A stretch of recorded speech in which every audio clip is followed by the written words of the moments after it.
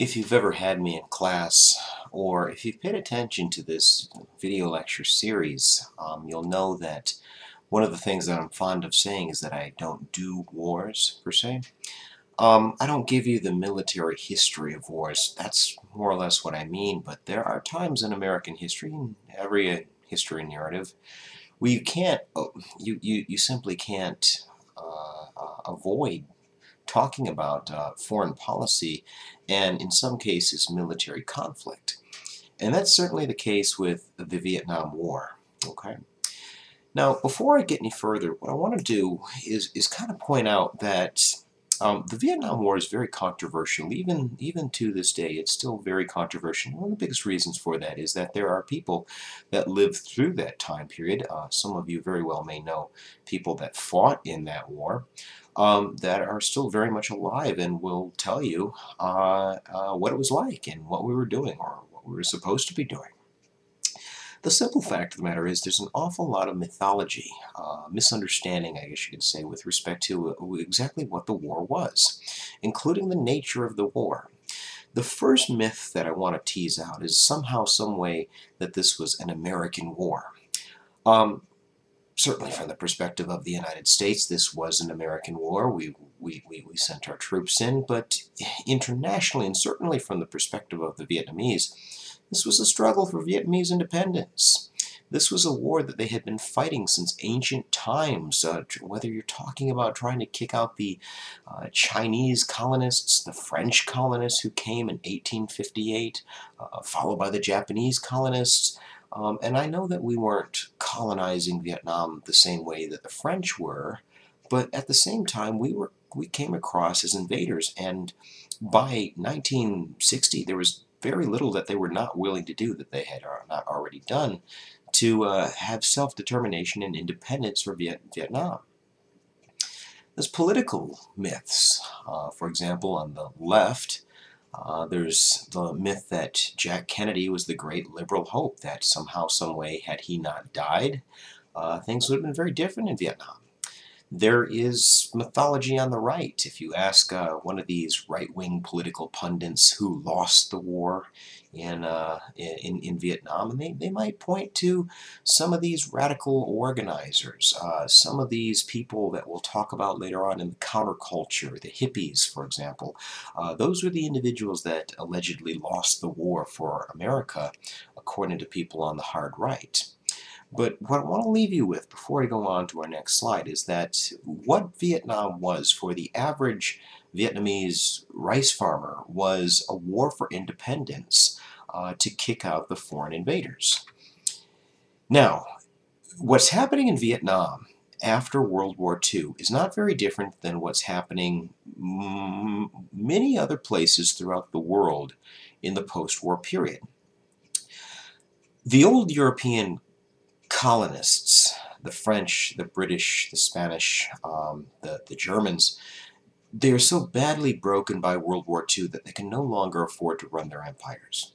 And so what you all have all across the developing world, the former colonies in Africa, the Middle East, the Far East, the Americas, is a worldwide push for independence. Now, if you think about what America is doing in the immediate aftermath of World War II, we're trying to stabilize Europe because one of the things that we're worried about is communist forces overrunning the entire continent. Okay? And so what we do when we've got our hands full in Europe trying to rebuild Italy and France and Britain, we basically we basically look for individuals that can help us. And the group that knows a little bit about Southeastern Asia was the group that had colonized it way back in the mid-19th century, and that would be the French. And so right after World War II ends, we reinstall the French as the ruling regime. Now you have to understand what that says to the Vietnamese that had fought against the French for all those years. It basically makes us out to be the bad guy, or at least we look like we're supporting the bad guy. Okay? Now, the French and their reinstallation as colonists gives rise to this underground resistance movement known as the Viet Minh.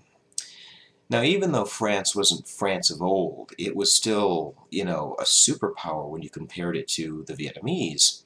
And so the Vietnamese are not going to fight this war in a conventional way. It's not going to be like a Gettysburg or Battle of the Bulge. It's going to be a guerrilla war, which we've talked about in this class before. Sneak attacks, ambushes, things of that sort. Okay? It's never any one overwhelming loss militarily for the French. It's just a slow but steady trickle of blood back to Paris.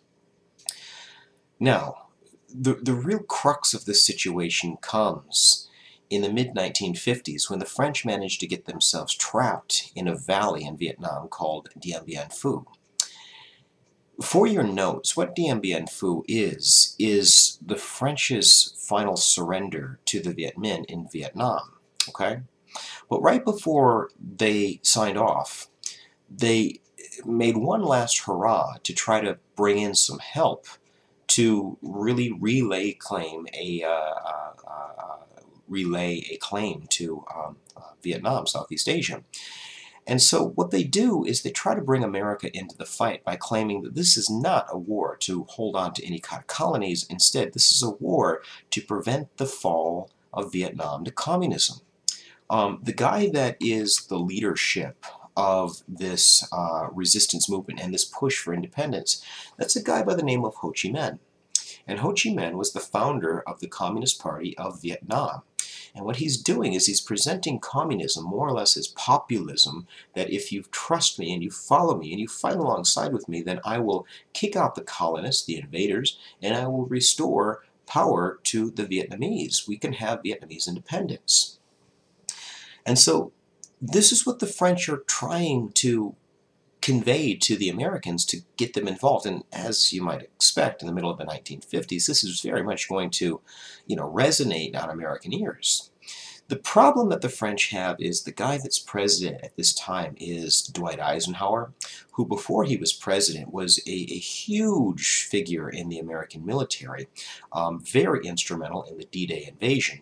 And when his military advisors came to him and said, Mr. President, we really need to get involved, Eisenhower basically said, son, you don't really know what you're talking about. And back when you were a sniveling cadet at West Point, I was commanding Europe. So we're not getting ourselves bogged down in this gigantic Asian booby trap, okay? Now, Dien Bien Phu is the formal surrender of the French, but part of the provisions of this peace treaty meant two things. One, Vietnam would be divided in half, and everybody that had fought alongside Ho Chi Minh would be organized in what came to be known as North Vietnam, and it was a communist country. Everybody that had fought alongside the French, they were organized into South Vietnam, and for the time being, that was a democracy. Now, the other thing that I want you to know here is that another part of that provision number 2, was that there would be free elections in 1956 to determine the long-term fate of Vietnam. The thought at the time was that if those elections were to be held right in the aftermath of the French surrender, that it would be Ho Chi Minh and the communists that would win this thing because they came across as so popular, so in touch with the needs of the common people of Vietnam. What Dwight Eisenhower is worried about is something that he calls the domino theory. Okay? It's pretty simple. If you think about a chain of dominoes, if you tip one, what will happen is a chain reaction will occur and the rest of them will fall in kind. And so our thought here is if you let Vietnam fall to communism, it won't be long before Laos, Cambodia, they'll fall, and pretty soon after that Thailand, Hong Kong, the Philippines, and who knows how quickly this can spread to the point where at some point in time you're looking at a predominantly communist Asian sphere. And we didn't want that, so we were trying to prevent the domino theory from even starting. And as far as Dwight Eisenhower was concerned, it started right there in Vietnam. To that end, he said, we need, and this is his terminology, not mine, we need an American boy in Vietnam. Somebody that we can trust that will support our stances on one thing or another, and certainly would support our stance when it comes to standing up to communism. The individual that we found was probably the worst possible selection that we could have made, a guy by the name of Ngo Dinh Diem.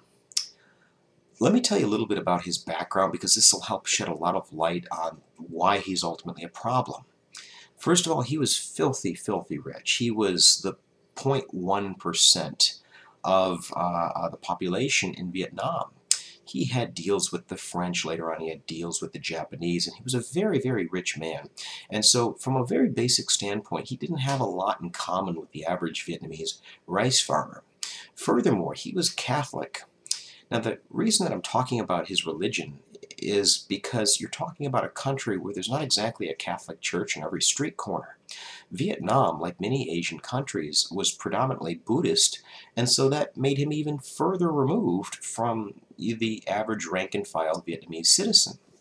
And you really have to ask yourself, why did we settle on Diem when there had to be, dozens of people that would have been better, maybe a lot better?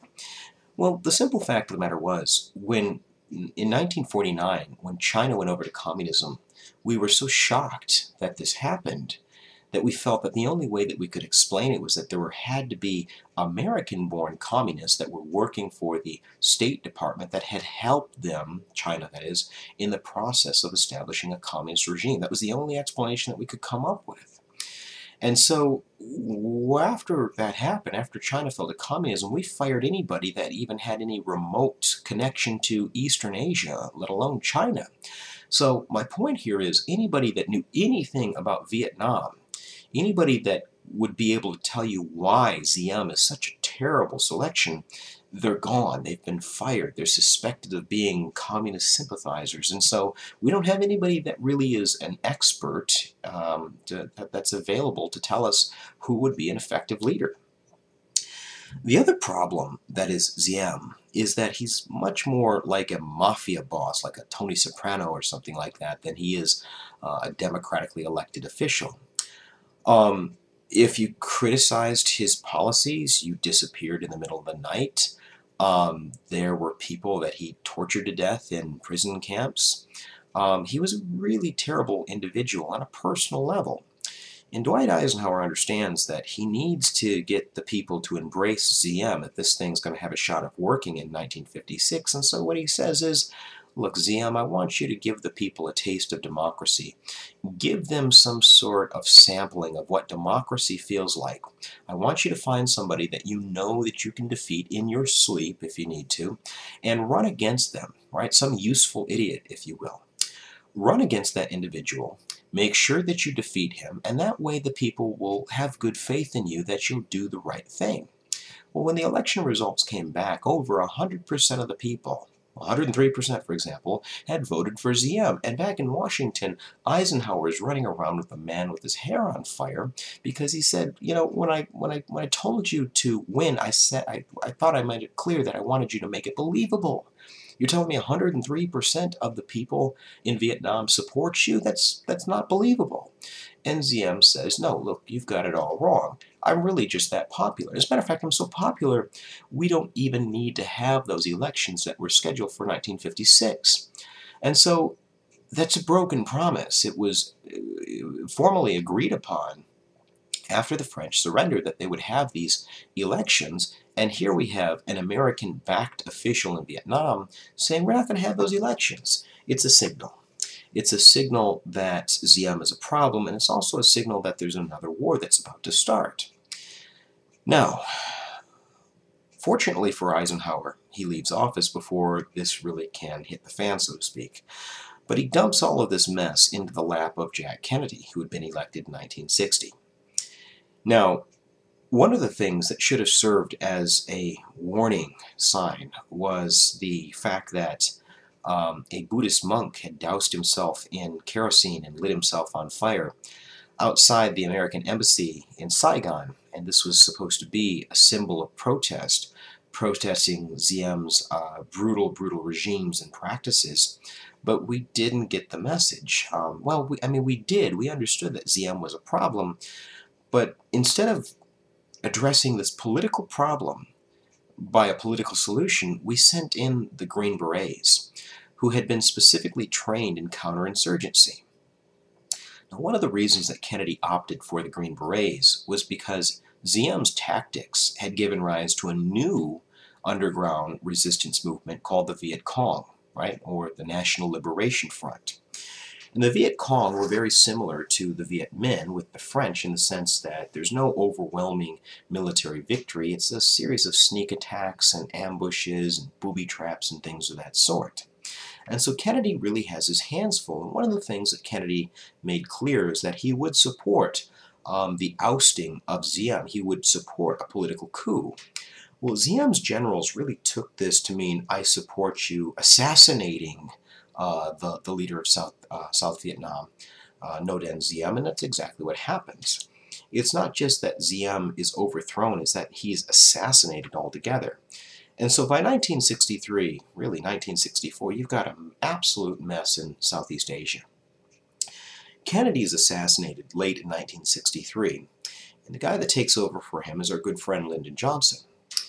Lyndon Johnson is up for election in 1964, and he's running against a really conservative guy from Arizona by the name of Barry Goldwater. And Goldwater is really attacking him for not being tough enough on communism. And so here's a tailor-made opportunity to show how tough he is. And what Johnson does is he moves the American fleet, or at least several American destroyers, off the coast of North Vietnam in a place called the Gulf of Tonkin. Right, these are big American naval destroyers, and every day they get closer and closer to North Vietnamese waters. And so ultimately what happened was the North Vietnamese sent out patrol boats that allegedly fired on the USS Maddox. Okay? Now you have to understand this absurdity of what we're talking about here. The idea of a patrol boat firing on an American destroyer is equivalent of grizzly bear hunting with a pellet gun. You know, it's just stupid. It's not going to do anything.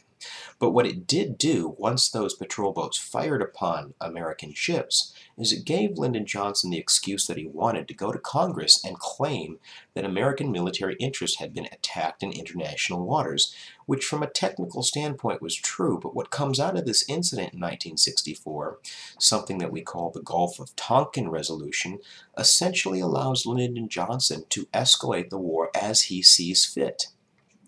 It's a blank check. It's the way that I always like to look at it. If he wants to put 1 million GIs on the ground in South Vietnam, he can do that. He doesn't even need congressional approval to do it. If he wants to bomb North Vietnam off the map, he can do that. He doesn't need congressional approval to do it. I think the loose terminology is to repel armed aggression, whatever that means. And so what I need you to understand is this is a rapid acceleration and an exorbitant acceleration of presidential power because, as I hope most of you know at this point in the class, in order to take the country into war, you have to go to Congress and get an actual declaration of war. Well, from the perspective of Lyndon Johnson, he doesn't have to do that, right? This is all couched in the idea of preventing the domino theory, but one of the guys that's really careful to point out something important is the Secretary of Defense under both Jack Kennedy and Lyndon Johnson, a guy by the name of Robert McNamara. Now, what McNamara said was we need to win the hearts and the minds of the people of Vietnam. Otherwise, this is not going to work. Otherwise, we're going to come across like we're the second coming of the French. So I want you to keep the idea of winning hearts and minds in the back of your mind before, as we go through this. Now, one thing that I will point out before we move on is at the time that Lyndon Johnson decides to escalate the war, more than 70% of the American population favored doing something. We're not entirely sure what that something is, but what I do want to make clear is this is not Iraq, right? In 2003, when we were debating whether or not we should go into Iraq, we were pretty evenly divided. Half of America said yes, and half of America said probably not. Well, in 1964, we start a process known as Operation Rolling Thunder. And what Rolling Thunder was a massive bombing campaign, and in particular, we're trying to bomb something we call the Ho Chi Minh Trail. What we're finding in South Vietnam are AK-47s, are grenades, are landmines that are produced in places like Czechoslovakia, Russia, China, and so the thought is pretty simple. The insurgency, that is the Viet Cong, is being supplied from the north, and the north is getting all of those machine guns and whatnot from these other communist countries and moving them to the south via a series of trails and safeways. So in any case, what I want you to understand here is what we're trying to do is cut off the supply of the insurgency, very similar to the things that we did in World War II, cutting off the German access to things like oil and petroleum. Now, the only thing worse than Operation Rolling Thunder is the way that we fight the ground war. There's a really good movie. Mel Gibson is in it, and it's called We Were Soldiers. And Hal Moore, the character that Mel Gibson plays, his mission in Vietnam is to find the enemy and kill them. I'm not making it up. And this is the mission that he's been given. Now, one of the things that I need you to understand here is we were fighting an invisible enemy. The Viet Cong used the civilian population to blend into their surroundings. And so it was very difficult for the Americans to tell friend from foe. And as you might imagine, that was a very nerve-wracking process. You're sent into the jungle to try to find the enemy, and the enemy could be all around you, and you never really even know it. So my point with this is it's a very nerve-wracking situation, and sometimes it led to trigger-happy GIs that killed citizens, sometimes by mistake and sometimes not. And so from a public relations perspective, this is a really controversial war. At least it's becoming increasingly controversial when you get villagers, peasants, farmers that become casualties in the crossfire here. Okay. One of the things that Robert McNamara says is a problem is the jungle. Vietnam was a subtropical climate, and it was difficult to see 10,000 feet from above the earth. And so the thought was, get rid of the jungle and you'll get rid of the hiding places of all of these Viet Cong and North Vietnamese infantrymen. And so McNamara commissioned this, the use of this chemical called Agent Orange, which was a defoliage chemical. It was sort of like Roundup or some other sort of anti-vegetation chemical that when you spray it on a tree or a shrub or something like that, it'll kill it. The thought is pretty simple.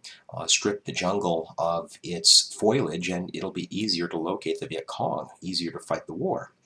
Well, after the war, these American GIs start coming home with all these strange medical conditions, and ultimately what happens in a lot of cases is they contract cancer, and it's linked to the use of Agent Orange. Now keep in mind, hearts and minds, we've unleashed Operation Rolling Thunder, we're fighting an invisible enemy, and we're killing citizens, or civilians rather, in the process, and so therefore it's a really difficult sell to the Vietnamese public. Think about this from the perspective of the individuals that were doused with Agent Orange every single day. If it's this bad for American GIs that are only kind of coming in contact to Agent Orange indirectly, how bad is it for people that are sprayed with it every single day? In closing, I want to talk to you about what the Johnson administration had been saying, had been proclaiming in the days that led up to late January 1968. Throughout 1967, the Johnson administration had been saying how well the war was going, that we were, weeks, possibly maybe months away from winning the war. We just needed to stay the course and hang tough for a few more weeks, and victory was ours. And so at this point in American history, when the Pentagon said something, when the White House said something, people believed them, people took them at face value. All of this changes in January 30th, 1968, when the North Vietnamese, combined with the Viet Cong, launched an offensive called the Tet Offensive, T-E-T, Tet. Now, Tet was the Vietnamese Lunar New Year, and all across South Vietnam, what you see are insurgent pushes in the cities. We're talking about places like Saigon, where American forces were presumed to be not only dominant, but almost undefeatable. This is where the teeth of the American military was. It was one thing to ambush us in the middle of the jungle, and it was something completely different to come out in the open in the middle of Saigon and, almost overrun the American embassy there. And so this is shocking, shocking news when this happens, but more than anything else, what I need you to understand about the Tet Offensive is that it demonstrates that the Johnson administration, President Johnson and Secretary of Defense McNamara, they're lying. They're lying to the American people. One individual that this has a pretty profound impact on is the CBS News anchor, Walter Cronkite. Walter Cronkite was not only one of the most trusted names in news, he was sort of the newsman, broadcast news anyway, of America. And when Walter Cronkite said something, everybody in America listened and everybody in America believed him. Cronkite put down his microphone in New York and he went on field assignment and began reporting directly from the field in Vietnam. And basically what he says is, I apologize to the American people for not doing my job. Like you, I've been taking the government at face value, but the sad fact of the matter is they've been lying to us. The war's not going very well. And I don't think that it's fair to say that we're losing the war, that we're at the brink of disaster, but it's also incredibly unfair to say that we're winning the war, that victory is around the corner. Now, hearing Lyndon Johnson come out and basically openly criticize the war, Lyndon Johnson understands that this is over. A big gamble that he took going into Vietnam was that more than 70% of Americans supported him. Now, I'm paraphrasing him, of course, but Johnson said, if I've lost Walter, then I've lost the war. And he comes to the conclusion that he's probably a really bad candidate for president in 1968. And so in the aftermath of the Tet Offensive and Johnson coming out against Cronkite rather, coming out against the war, Lyndon Johnson decides that he will not accept nor would he seek the nomination of the Democratic Party for president in 1968. And so just like this mess was dumped into Johnson's lap and Kennedy's lap before him, the Vietnam War is going to be handed off to another president. And as we will talk about the next time we get into this lecture, the next lecture is what I'm trying to say, you're going to see that the events that happened in early 1968 are really going to set the stage for a political transition, or at least maybe the beginnings of a political transition.